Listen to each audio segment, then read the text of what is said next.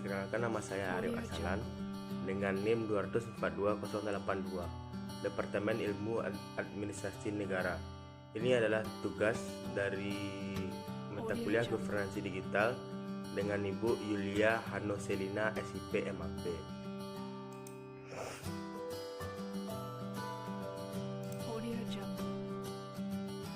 Pemanfaatan sosial media untuk implementasi e-government dapat menciptakan pelayanan publik yang lebih efektif dan efisien karena sifat sosial media yang interaktif memungkinkan publik berinteraksi langsung dengan pihak pemerintah. Selain itu, sosial media juga dapat membuat jangkauan diseminasi informasi lebih luas dan menciptakan pemerintah yang terbuka dan transparan. Semenjak dikeluarkannya Instruksi Presiden Nomor 3 Tahun 2003 tentang kebijakan dan strategi nasional pengembangan e-government di Indonesia, istilah e-government mulai dikenal dan berkembang di Indonesia. Pemerintah perlu memenuhi tuntutan masyarakat untuk memberikan pelayanan publik yang dapat memenuhi kepentingan masyarakat, dapat diandalkan, terpercaya, dan mudah dijangkau secara interaktif. Model e-government yang banyak diterapkan oleh negara-negara luar adalah model dengan 4 tahapan perkembangan sebagai berikut.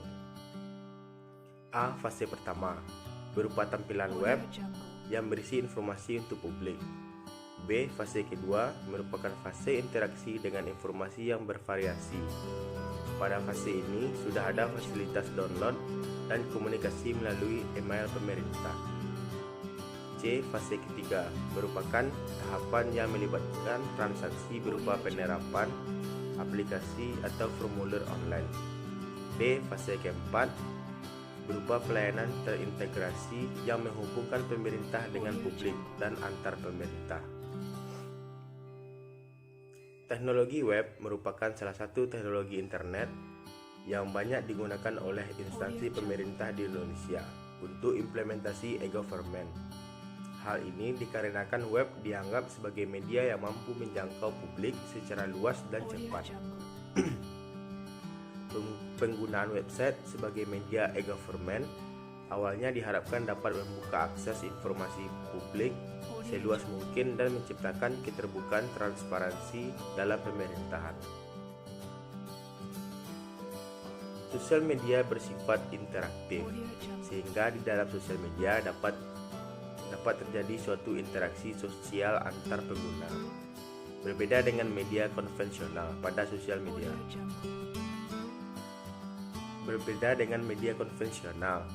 Pada sosial media, publik tidak hanya menjadi penerima informasi.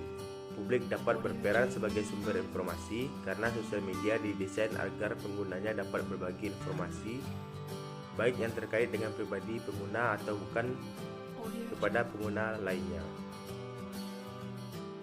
Jenis sosial media yang dapat digunakan untuk implementasi e-government adalah yang pertama, blog.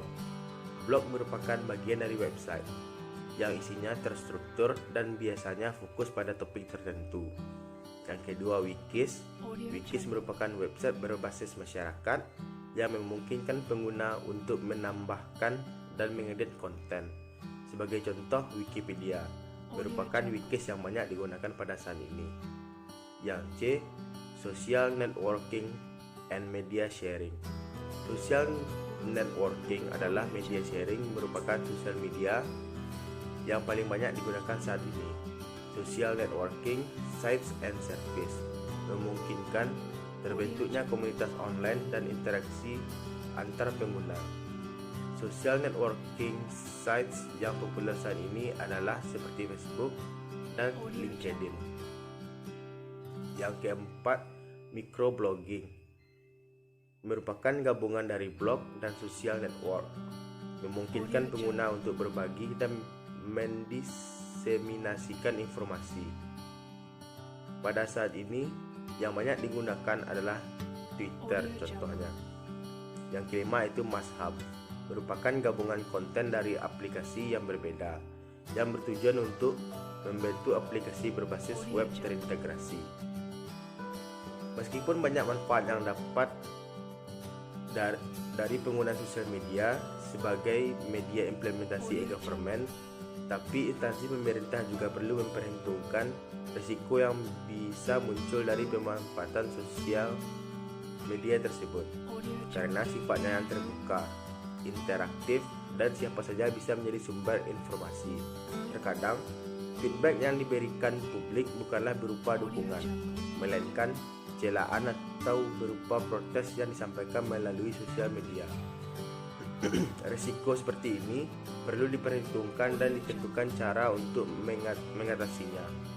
Selain feedback negatif dari publik, pemanfaatan sosial media juga perlu diperhitungkan efektivitas penggunaannya, sehingga diperlukan strategi untuk mencapai tujuan penggunaan sosial media di e-government.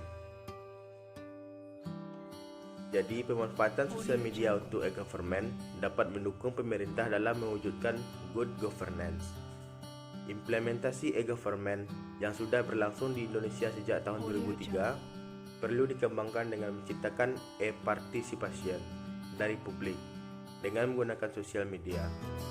Meskipun pemanfaatan sosial media untuk e-governance memiliki dampak positif dalam beberapa aspek seperti penghematan biaya dan diseminasi informasi yang memiliki jangkauan lebih luas dan cepat, namun tetap ada risiko yang perlu diperhitungkan, seperti munculnya feedback negatif dari publik. Sekian tugas saya. Saya ucapkan terima kasih. Assalamualaikum warahmatullahi wabarakatuh.